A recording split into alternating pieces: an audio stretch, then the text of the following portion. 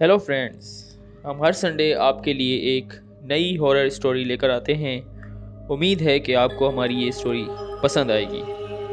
अगर आपको हमारी ये स्टोरी पसंद आई तो हमारे चैनल फनी संडे को सब्सक्राइब करें और बेल आइकन को प्रेस करना ना भूलें ताकि आपको हमारी हर आने वाली वीडियो का नोटिफिकेशन मिलता रहे। रात की गहरी काली छाया में चार दोस्त एक सुनसान मुर्दा घर के सामने खड़े थे। ठंडी हवा के झोंकों में फुसफुसाहट घुली हुई थी, जैसे कोई अनदेखी ताकत कानों में कुछ कह रही हो। अचानक दूर से एम्बुलेंस की सायरन सुनाई दी। जैसे जैसे वह करीब आई, उसकी जंग लगी बॉडी पर खून के धब्बे झलकने लगे। जैसे ही एम्बुलेंस रुकी, चारों दोस्त एक दूसरे की ओर देखने लगे। गाड़ी का दरवाजा खुला और दो वार्ड बॉय स्ट्रेचर पर रखी लाश को मुर्दा घर के अंदर ले गए। लाश पर सफेद चादर पड़ी हुई थी, लेकिन चादर के नीचे पड़ी लाश का आकार स्पष्ट दिखाई दे रहा था। वातावरण में एक अजीब सी सिहरन थी, जैसे हवा में कुछ अनदेखा डर समाया हो। वसीम, जो कि उस मुर्दा घर का गार्ड था, बोला, यार मुझे बहुत डर लग रहा है। मैं कभी भी रात की ड्यूटी नहीं करता और मुझे लगता है कि इन मुर्दों के साथ अगर कोई जिन्न या भूत हुआ तो। जुबैर हंसते हुए उसकी बात उड़ा देता है। डरपोक मत बनो, बस एक लाश ही तो है। मरे हुए लोग किसी को नुकसान नहीं पहुंचाते। एम्बुलेंस के जाते ही मुर्दा घर के दरवाजे एक बार फिर भारी आवाज के साथ बंद हो गए। कुछ पलों के लिए चारों दोस्त चुप हो गए। हवा में बसी मायूसी जैसे और गहरी हो गई थी। इमरान ने कहा, यार वसीम, तुम बेवजह डर रहे हो। भूत वूत कुछ नहीं होते। मैं रात के वक्त मुर्दा घर में जाऊंगा। चलो अब शर्त लगाते हैं। नाइम ने इमरान से कहा, मैं तुम्हें 500 रुपए दूंगा, लेकिन सबूत के तौर पर तुम मुझे उन मुर्दों पर लगे नंबर लाकर दोगे। इमरान ने खुद को बहादुर साबित करने के लिए कहा, यह तो बहुत आसान है। जुबैर ने घबरा कर कहा, मैं तो कहता हूं कि वापस घर चलो। अगर सच में कोई भूत प्रेत हुआ तो। इमरान ने कहा, तुम लोग डरपोक हो, मैं तो यह शर्त जरूर जीतूंगा। तुम लोग चाहे घर चले जाओ। फिर उसने नाइम की ओर देखा और कहा, तो फिर तुम तैयार हो? नाइम ने सिर हिलाया। बाकी दोस्त वापसी के लिए चल पड़े, जबकि इमरान वहीं रुका और अंदर जाने की योजना बनाने लगा। रात के खौफनाक साए गहरे हो चुके थे। मुर्दा घर की जंग लगी खिड़कियों से रोशनी अंदर झांक रही थी। इमरान ने मुर्दा घर का दरवाजा खोला। अंदर का दृश्य बेहद डरावना था। हल्की मध्यम रोशनी वातावरण को और रहस्यमय बना रही थी। इमरान के हाथ में टॉर्च थी और वह डर के मारे कांपते हुए आगे बढ़ रहा था। इमरान के एक हाथ में डंडा था और दूसरे में टॉर्च।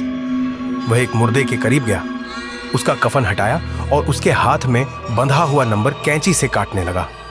डर के मारे उसके हाथ कांप रहे थे। अब इमरान दूसरे मुर्दे के पास जाता है। जैसे ही वह उसके हाथ से नंबर काटता है, अचानक बिजली चली जाती है। वह घबरा जाता है और कहता है, कौन है, कौन है? मगर फिर चुप हो जाता है और तीसरे मुर्दे के पास बढ़ता है। इमरान ने तीसरे मुर्दे की ओर देखा और उसका खून जमने लगा। लाश का एक हाथ गायब था और उसके कटे हुए हिस्से से काला गाढ़ा तरल रिस रहा था। ऐसा लग रहा था जैसे लाश पुराने घावों से भी जिंदा महसूस कर रही हो।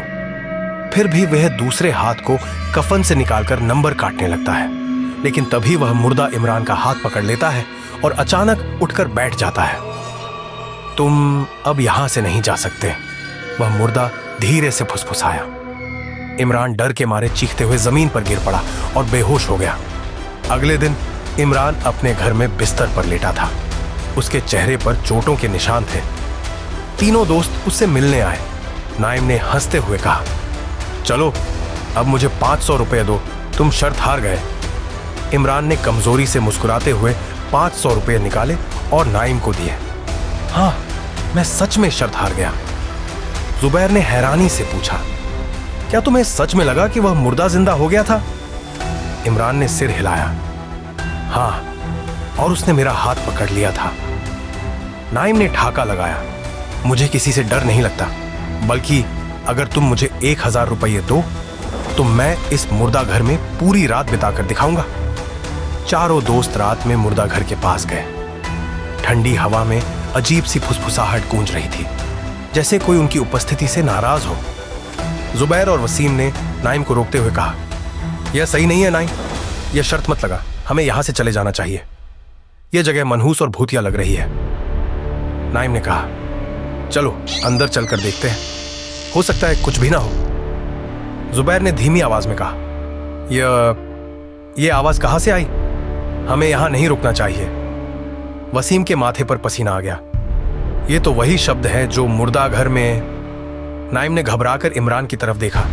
तुमने कहा था कि तुम्हें लगा था कि वह मुर्दा जिंदा हो गया था, मगर कहीं वह सच में? अचानक कमरे के एक कोने में कुछ हिलता हुआ महसूस हुआ।